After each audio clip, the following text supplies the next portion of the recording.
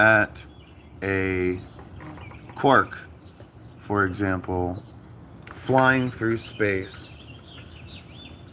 if you know its speed, if you can tell how fast it's moving, you don't know where it is.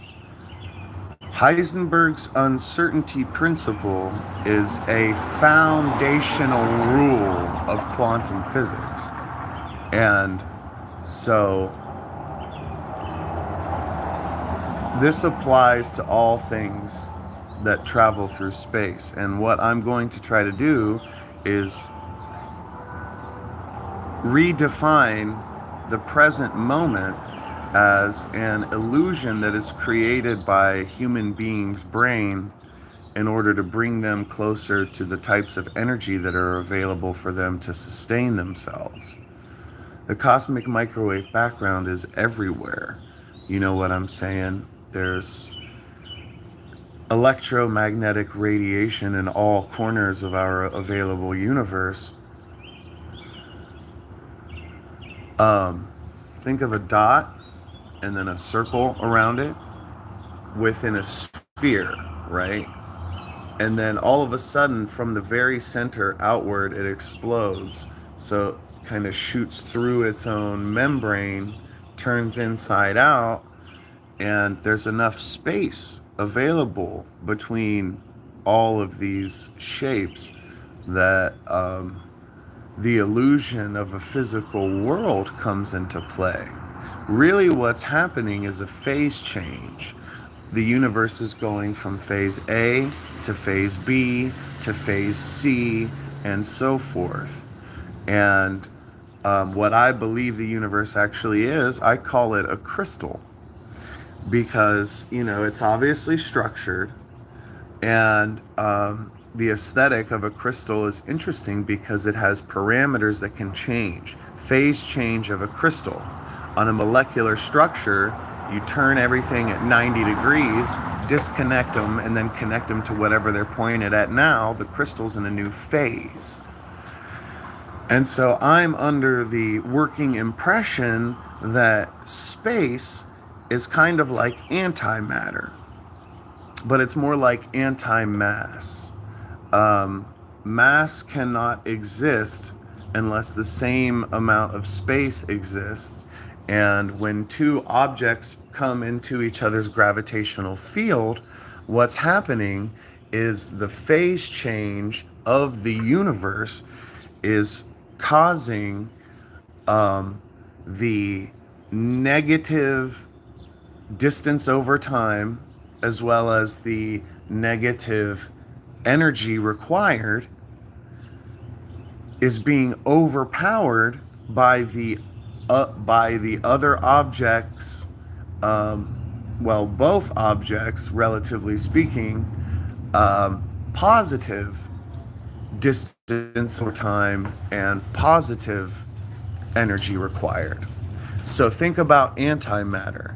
You know, when a quark is created or whatever, and an antiquark is created, even though, you know, they don't cancel each other out 100% of the time,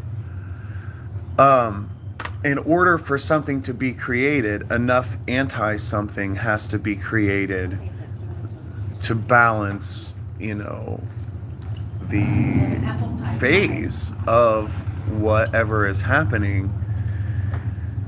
And it's something like 99.995% of the time that, you know, antimatter and matter cancel, at least in the early inflation Big Bang. But my point is that things can't exist unless the opposite thing exists at the same magnitude during the moment of creation. And this is the concept that I'm applying to space. You know, enough mass is propagated within this object that the space property is overcome, and then the two objects fall into each other's gravitational field, which would make several physicists wrong and certain physicists throughout history right, and philosophers and stuff. But the universe is basically a crystal that has an infinite possibility of phase changes, and space is just a property of mass, and the observer is the influencer or the decider of, which funnel the waveform is going to take in order to become something. You know what I mean? This is my viewpoint anyway, and I think that the only thing that really matters is dimensionality. So dot, line, circle, sphere, hypercube, you know what I'm saying? But the hypercube has a color, or the hypercube is spinning or something that makes it the next parameter available. And there are things that are available that are beyond what most people consider to be the physical world, and those things need to be integrated into science, and we need to figure out what the hell they are and how to get them, and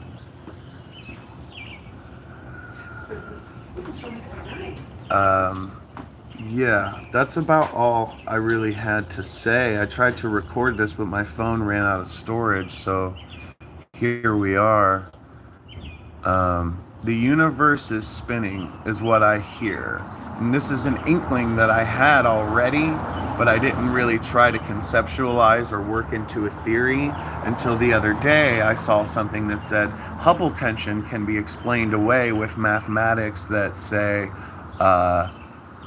the universe is spinning, which would take it from a Euclidean space to, a multi-dimensional math equation similar to a phase change. You know what I'm saying? You take every part of the equations we already have and add the parameter of spin, and now we have a new understanding. And that's something worth looking into, I guess.